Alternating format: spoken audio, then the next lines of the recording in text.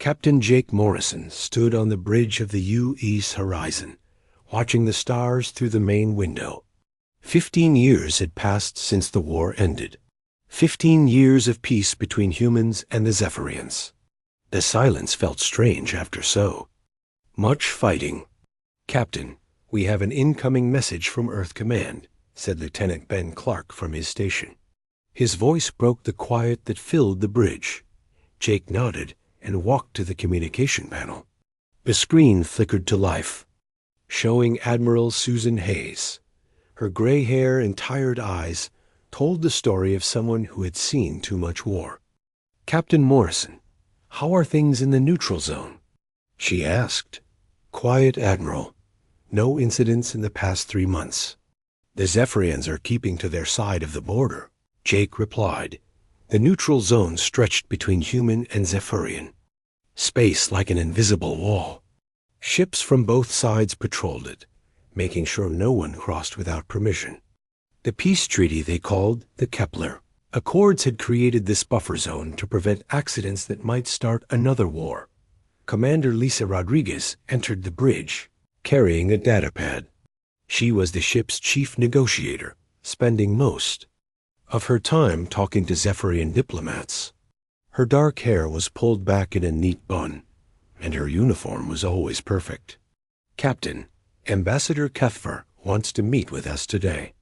The Zephyrians have some concerns about recent ship movements near Sector 7, she said. Jake frowned. "What kind of movements?" "Unknown vessels. They appeared on long-range sensors, but disappeared before anyone could identify them. The Zephyrians think they might be human ships." "And we think they might be Zephyrian ships," Jake said with a tired smile. "Same old problems." Dr. Alan Carter walked onto the bridge, holding a cup of coffee and looking excited about something. He was the ship's expert on Zephyrian biology and culture. Most people found the aliens strange and frightening, but Alan thought they were fascinating. "Captain, I just finished reading the latest reports from the Cultural Exchange Program. 3. More human scientists have been accepted to study on Zephyrian worlds. This is real progress," he said. "The Zephyrians looked nothing like humans. They were made of living crystal that could change shape and color. They talked by making musical sounds that vibrated through their bodies. Their ships looked like giant gems floating through space. That's good news, Doctor. We need all the understanding we can get," Jake said. The door to the bridge opened again, and Ambassador Cuthbert entered.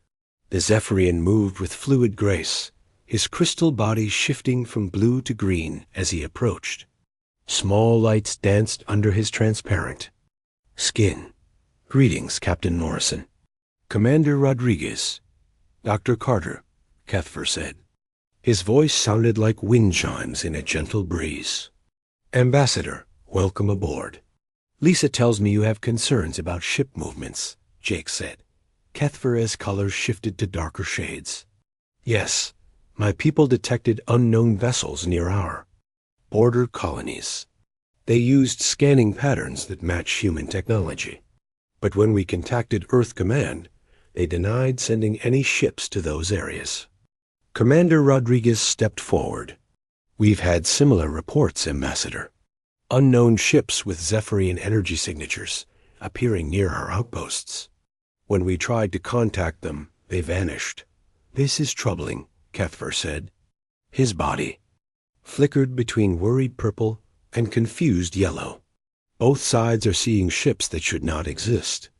Dr. Carter set down his coffee and joined the conversation. "Could these be pirates?" "During the war, both sides built ships that were never accounted for afterward." "Possible," Jake said. "But why would pirates want to stir up trouble between us?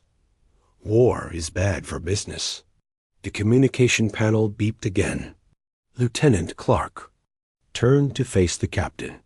"Sir, we're getting a distress call from the mining station at Asteroid Belt Charlie." "Put it through," Jake ordered. The main screen showed a panicked human face covered in sweat and dirt. "This is Foreman Mike Watson at Mining Station 12. We're under attack. Repeat, we're under attack by unknown vessels using Zephyrian weapons. They. Transmission cut to static. Jake felt his stomach drop. Red alert. All hands to battle stations. Set course for asteroid belt Charlie. Maximum speed. The bridge erupted into controlled chaos as crew members rushed to their positions. Warning lights flashed red throughout the ship. Captain, should I contact the Zephyrian Defense Fleet? Commander Rodriguez asked. Do it. If these are rogue Zephyrians, we'll need their help to stop them, Jake replied. Ambassador Kethfer's body had turned completely red, the Zephyrian color for anger and alarm. Captain, I must contact my superiors immediately. If Zephyrian weapons were used against humans, this could destroy everything we have built. The U.E.'s Horizon jumped to hyperspace, racing toward the mining station. In the few minutes it took to arrive, Jake's mind raced through possibilities. Pirates wouldn't attack a heavily defended mining station. Rogue military units from either side could have the firepower, but why risk restarting a war that had cost millions of lives? When they dropped out of hyperspace, the scene before them was devastating. Mining Station 12 was gone, reduced to floating debris and twisted metal. 3 cargo ships drifted nearby, their hulls torn open by crystal shard weapons that only Zephyrians used. Life signs? Jake asked quietly. Negative, sir.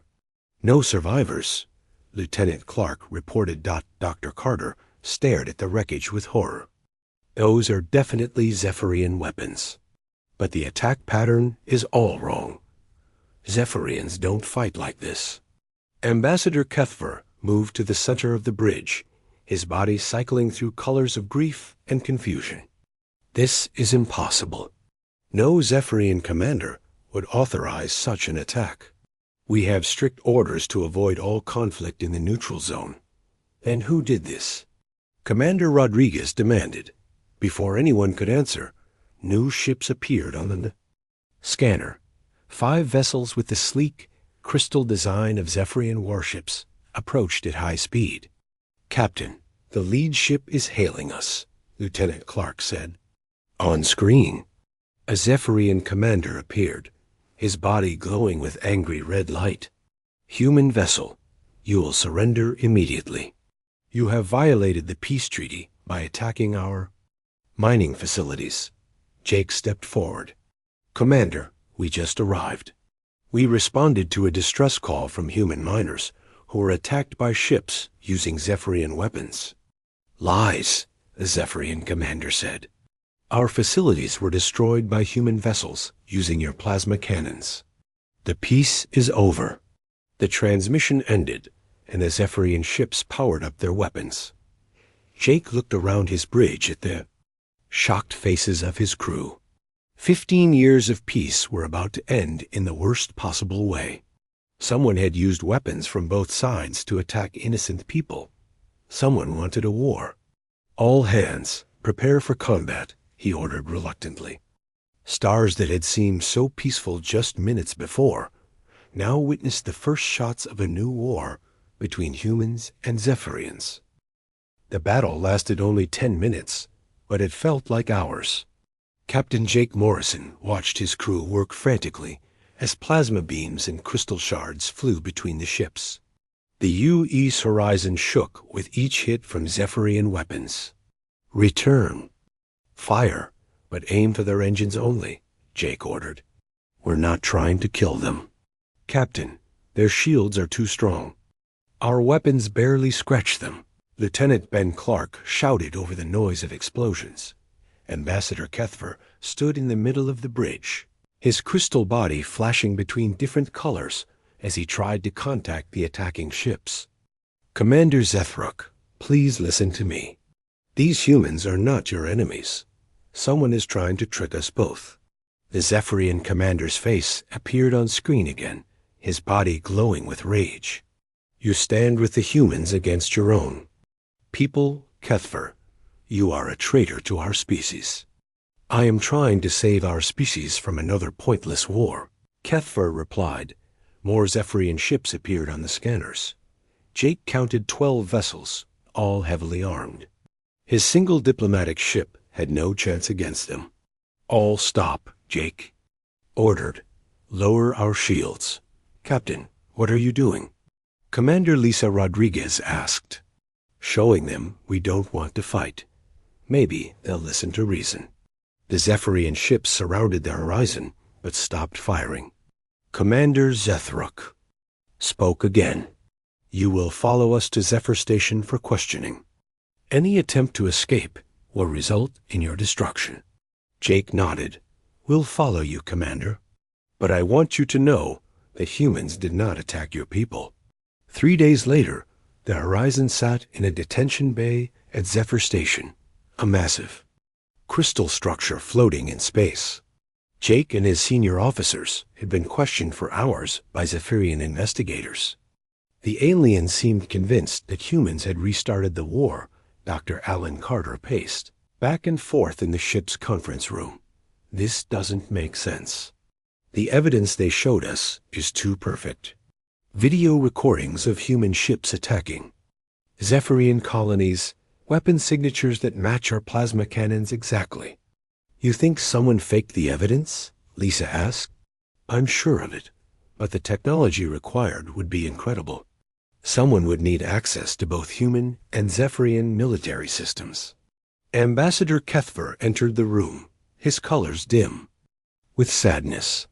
"I have disturbing news from the Zephyrian High Council. A faction called the Crystal Purists has taken control of 3 major fleet groups. They claim the moderate leaders have been too weak in dealing with humans." Jake felt a cold fear in his stomach. "Who leads these Crystal Purists?" "War Singer Thexmal.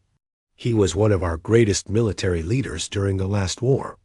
He believes that peace with humans is impossible because your species is too violent and unpredictable. And now he has proof that humans started a new war," Lisa said bitterly. "Exactly. Thexmal is using these attacks to justify a campaign of what he calls species purification. He wants to destroy all human colonies and end your civilization permanently." Dr. Carter stopped pacing. "Kethver, is it possible that Thexmal staged these attacks himself? Used Zephyrian technology to create fake human ships?" The ambassador's body flickered with uncertainty. "It would be difficult, but possible. Thexmal has access to captured human technology from the war. But why would he want to restart the conflict?" "Because he never wanted peace in the first place," Jake said. "Some people on both sides think the war should have continued until one species was completely destroyed." A new alarm sounded throughout the station. Emergency lights flashed as Zephyrian voices spoke rapidly in their musical language. Kethver listened carefully, his colors shifting to deep purple with fear. "What's happening?" Jake asked. "Emergency transmission from Earth. The human research station Kepler-7 has been destroyed. All hands lost." Jake's blood turned to ice. Kepler-7 was where Dr. Carter's research team was studying Zephyrian culture. It was also where Commander Rodriguez's younger brother Carlos worked as a security officer. Lisa grabbed the communication. "Panel, get me a direct channel to Earth Command. Now." The screen flickered and showed Admiral Hayes. Her face was grim and angry. "Captain Morrison, I'm glad you're alive. We thought you might have been destroyed too." "Admiral, what happened at Kepler-7? "Complete annihilation. Zephyrian crystal shard weapons reduced the entire station to dust. 300 scientists and support staff, including Lieutenant Carlos Rodriguez. There were no survivors." Lisa staggered backward as if she had been hit. Her brother was dead, killed by the same weapons they had been trying to understand through peaceful research. "Admiral, this has to be connected to the attacks we investigated. Someone is using weapons from both sides to start a war," Jake said. "Maybe. So, Captain. But the result is the same. The Terran Defense Council has voted unanimously to consider the Kepler Accords null and void. We are officially at war with the Zephyrian Empire. Dr. Carter stepped forward. Admiral, you can't do this. Most Zephyrians want peace just as much as we do. Tell that to the families of the people who died at Kepler 7, Doctor. I'm recalling you and your crew to Earth immediately. We need experienced officers for what's coming. The transmission ended, leaving the room in terrible silence. Lisa sat down heavily in a chair, tears streaming down her face. Her brother had survived the original war, only to die during peacetime. Cuthbert approached her carefully. Commander Rodriguez, I am deeply sorry for your loss. Carlos was a good man who worked hard to build understanding between our peoples. Understanding? Lisa looked up with eyes full of pain and anger. Your people just murdered my brother. They destroyed a research station full of scientists who were trying to help both our species. It was not my people. It was Vexmal and his fanatics. Does it matter? The result is the same. Jake watched his friend struggle with grief and rage. He understood her pain, but he also knew that hatred would only make things worse. Lisa, we need to focus on stopping this war before it destroys both civilizations, he said gently. No, Jake. The war has already started. Vexmal got exactly what he wanted. Now the only question is which species will survive. Outside the station, emergency broadcasts filled the space lanes. Zephyrian military fleets were mobilizing throughout their territory. Human colonies were evacuating civilians and preparing their defenses. Trade ships from both species fled toward their home. Systems. Ambassador Cuthbert received a priority message from the High Council. As he read it, his body turned black with despair. What is it? Jake asked. I have been declared a traitor and marked for execution. The moderate faction has been overthrown completely. War singer Vexmal now controls the Zephyrian government. And us? You are to be executed as war criminals at dawn. I am sorry, Captain Morrison. I have failed to preserve the peace we worked so hard to build. Jake looked around at his crew. In a few hours, they would all be dead. But somehow, that seemed less important than the billions of people who would die in the war that was about. To begin, the peace was over.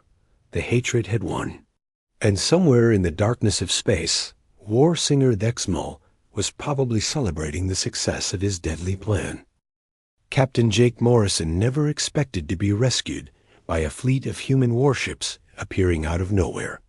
The U.S. Retribution, a massive battleship he had never seen before, led 12 other vessels in a devastating attack on Zephyr Station.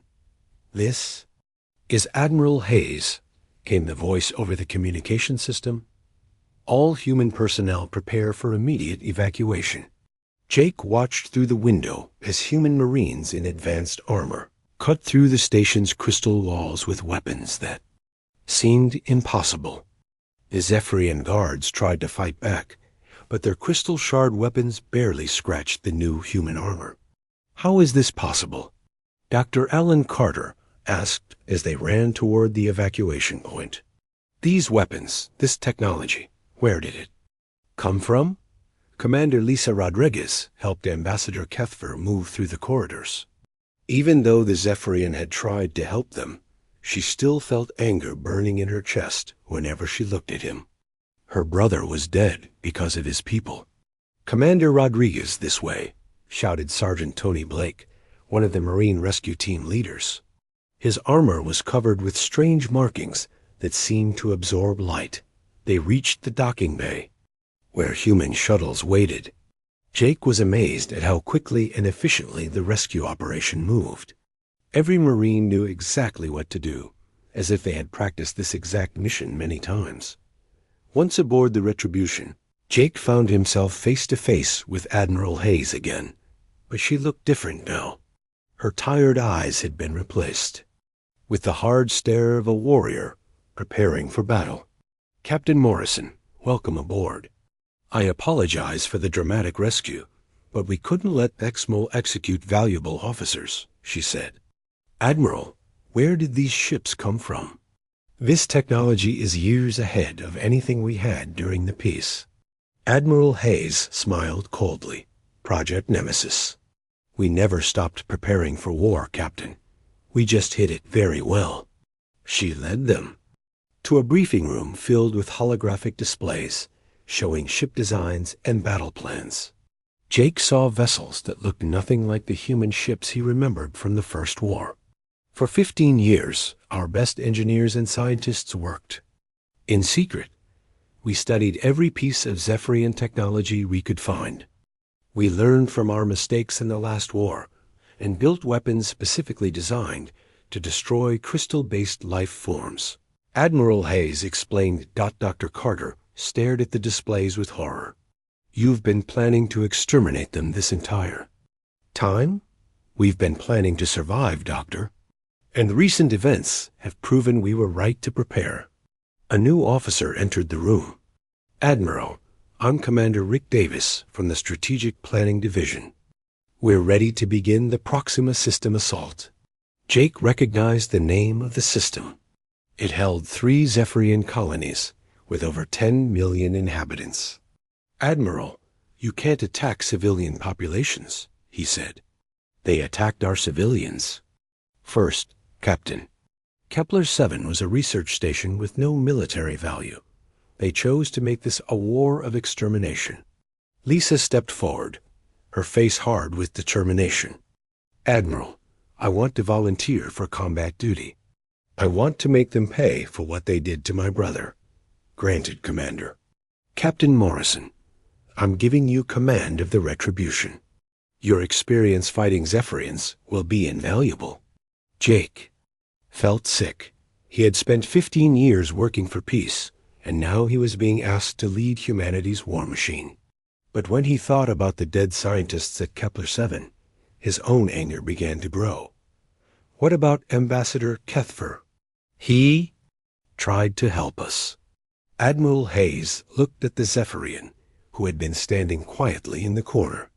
The ambassador will be treated well, but he cannot be allowed to communicate with his people. He knows too much about our capabilities now. The first battle at Proxima System showed Jake just how much humanity had learned.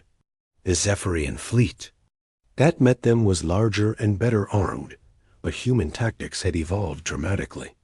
All ships execute pattern Delta, Jake ordered from the Retribution's bridge. The human fleet split into small groups that attacked from multiple directions. At once, the Zephyrians tried to respond with their traditional formation fighting, but they couldn't adapt fast enough to the constantly changing human strategy. Sir, the Zephyrian flagship is trying to retreat, reported Lieutenant Sarah White from the tactical station. Don't let it escape. That ship contains their command structure for this entire sector. Jake replied. The new human weapons were devastatingly effective. Quantum disruptor cannons fired beams that made Zephyrian crystal bodies unstable and shatter from the inside. Ships that took centuries to grow were destroyed in seconds. Dr. Carter watched the battle from the science station with growing horror. Jake, we're not just winning. We're slaughtering them.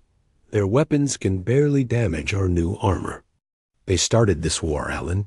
They chose to break the peace, Jake said. But he felt no satisfaction in the victory. Lisa coordinated the attack on the Zephyrian flagship with cold efficiency. Her tactical brilliance had always impressed her colleagues, but now it seemed driven by pure hatred. Target their crystal matrix core. End this quickly, she ordered. The Zephyrian flagship exploded in a shower of crystal fragments that sparkled like deadly snow against the stars. As news of humanity's victory spread, more Zephyrian colonies began to surrender rather than face the human war machine. The crystal purists had promised their people easy victory over the inferior human species, but instead they found themselves facing an enemy that had become stronger during the years of peace. War singer Thexmol appeared on communication channels across Zephyrian space, his crystal body glowing with desperate rage. All loyal Zephyrians must fight to the death. The humans seek to destroy our entire civilization. But many Zephyrian commanders had seen what happened at Proxima. They knew their traditional weapons and tactics were no match for humanity's new military technology. Admiral, we're receiving surrender requests from 17 Zephyrian colonies. Commander Davis reported to Admiral Hayes. Accept their surrenders, but maintain full orbital control. We can't trust them not to change their minds. Jake stood on the bridge of the Retribution, looking out at the captured Zephyrian worlds below. 3 months ago, he had been working to maintain peace. Now he was conquering an alien empire. Dr. Carter approached him carefully. Jake, I've been studying the battle reports. We're not just defeating them militarily. We're destroying their entire way of life. Zephyrian culture is based on harmony and consensus. Our rapid tactical changes and aggressive strategies are breaking their ability to function as a society. Maybe that's what it takes to end this war quickly, Jake replied, but he didn't believe his own words. Ambassador Kethfer had been allowed to monitor the battles from his quarters. When Jake visited him, the alien's colors were dim with despair. Your species has become something terrible, Captain Morrison. In trying to defend yourselves, you have become the destroyers that Thexmo claimed you always were. Jake had no answer for that. Outside the window, human ships patrolled the space around captured Zephyrian worlds like mechanical sharks, ready to attack anything that moved without permission.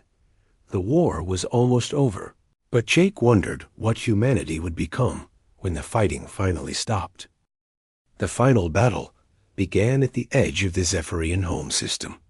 Captain Jake Morrison stood on the bridge of the UES Retribution, watching the massive human fleet prepare for the assault on Harmonix Prime, the crystal world where Warsinger Thexmo had gathered his remaining forces.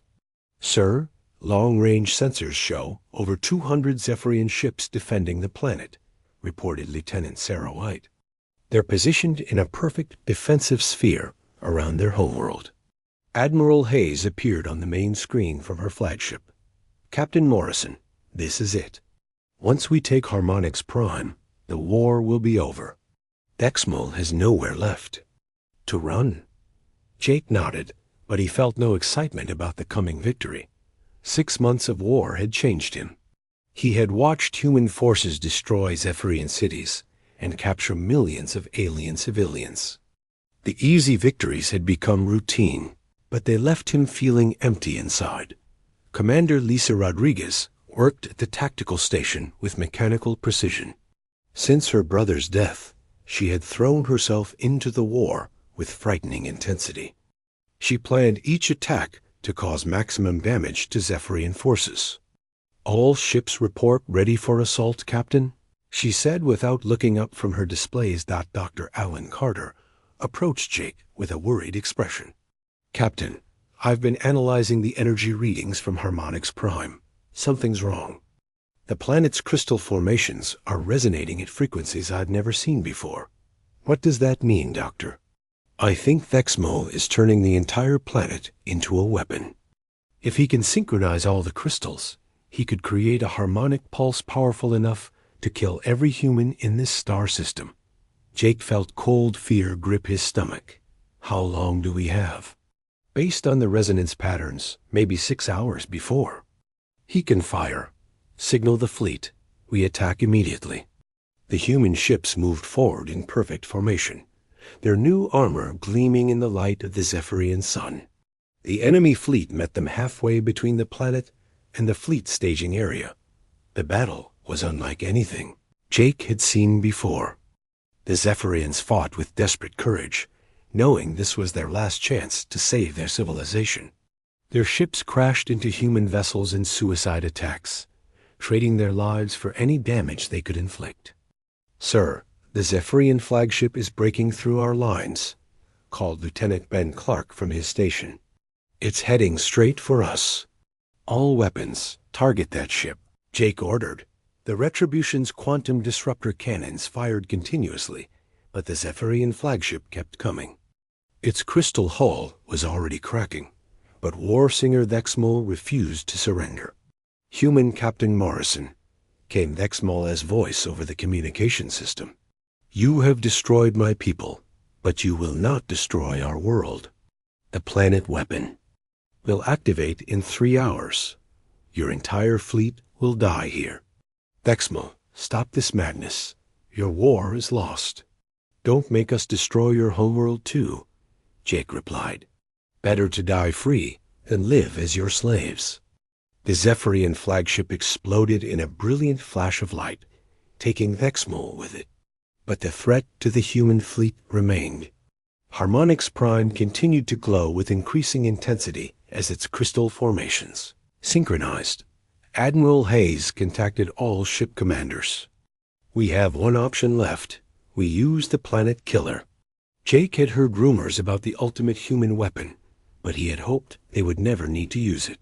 The planet killer was a matter-antimatter torpedo capable of destroying entire worlds. "Admiral, there are still millions of civilians on that planet. Zephyrian families who had nothing to do with this war," Dr. Carter protested. "And if we don't stop that weapon, they'll kill every human in this fleet. I won't sacrifice our people for theirs." Lisa looked up from her station with hard eyes.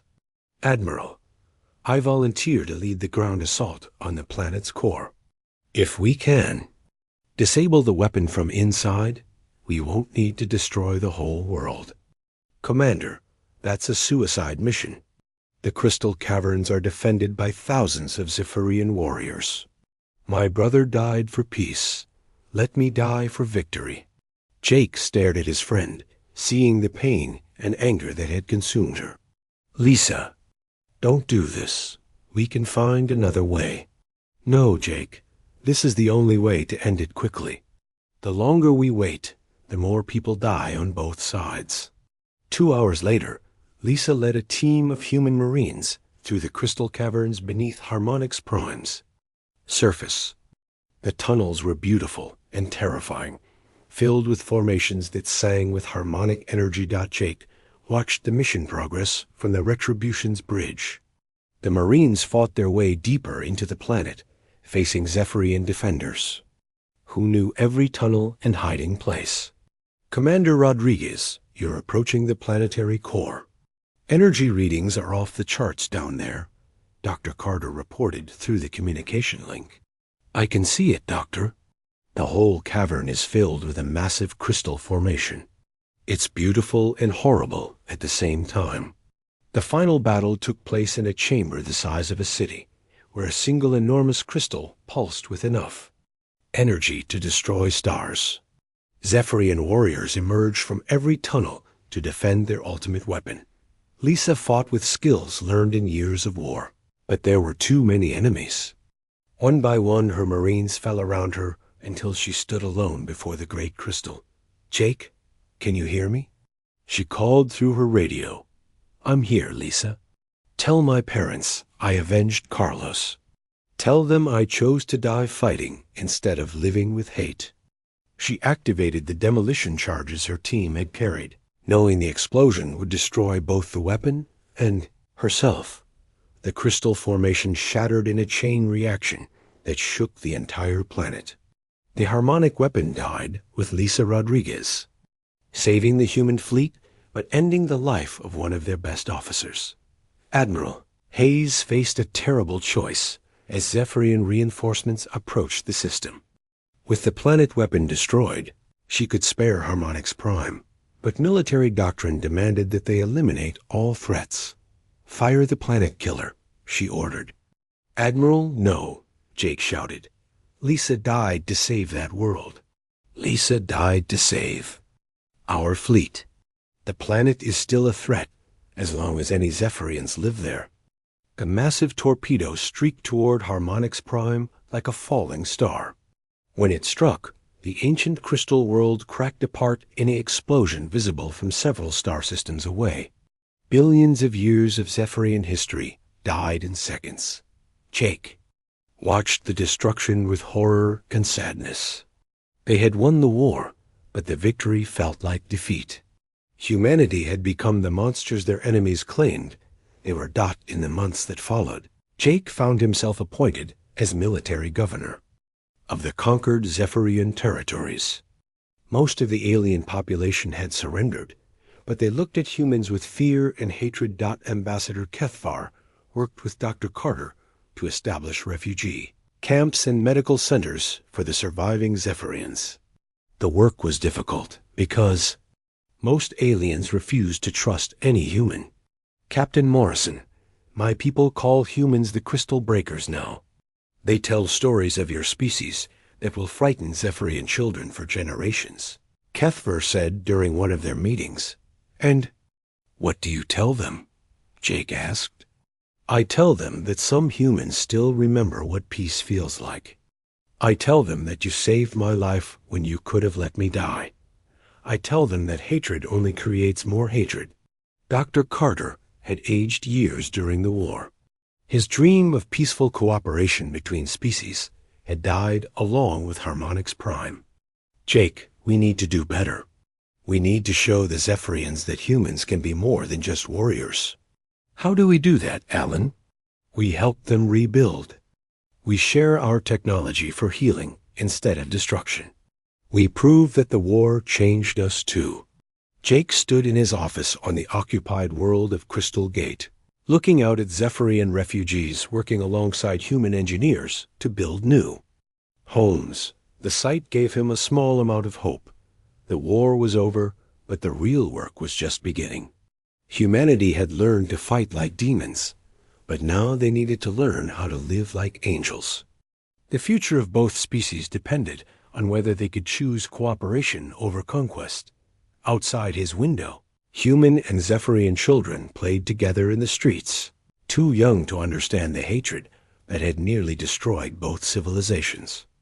Maybe they would build the peace that their parents had failed to preserve.